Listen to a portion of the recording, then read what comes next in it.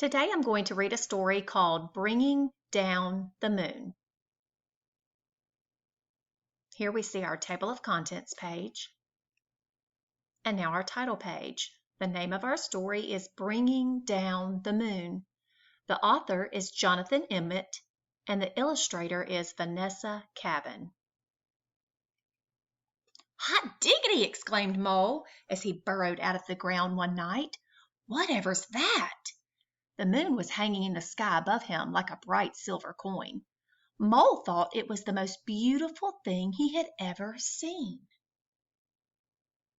"Whatever it is, I must have it," Mole said to himself. "I know, I'll jump up and pull it down." Thump, thump, thumpity bump. Mole was so busy jumping he didn't think about the noise he was making, and he woke up Rabbit in her burrow. "Mole," said Rabbit, "what on earth are you doing?" "Hello, Rabbit," said Mole. "I'm trying to pull down that shiny thing." "You mean the moon?" asked Rabbit. "So that's what it's called," said Mole. "You'll never do that," said Rabbit. "It's not as close as it looks." But Mole would not give up. "I know," he thought. "I'll get a stick and poke it down."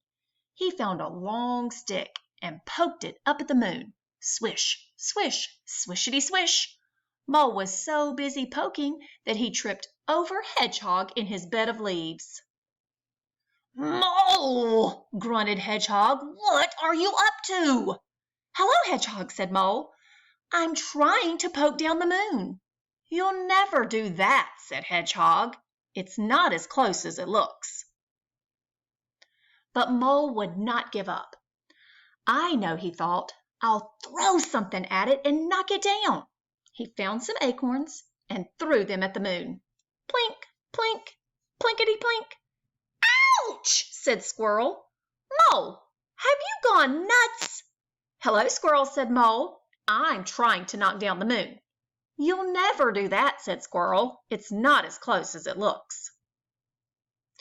But Mole wanted the moon so badly he would not give up. "I know," he thought. "I'll climb a tree and carry it down." Mole had never climbed a tree before.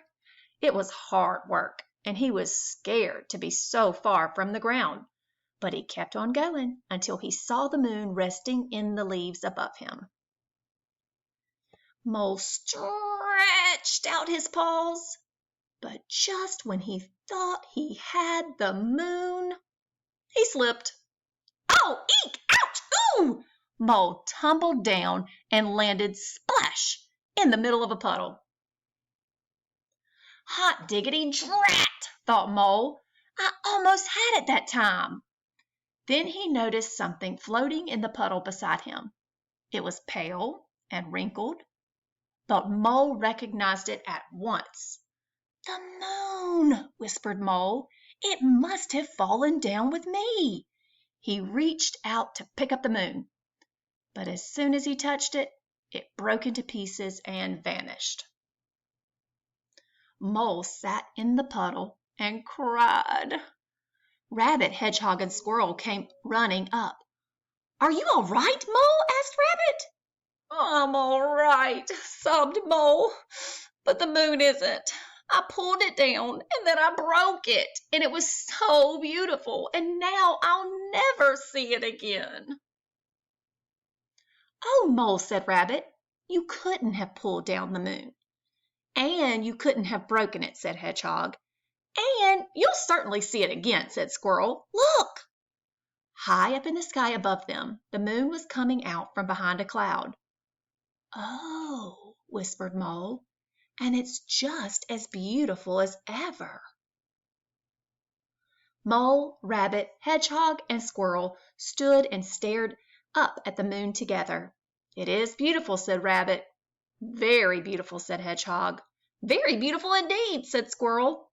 "Yes," said Mole, "but it's not as close as it looks."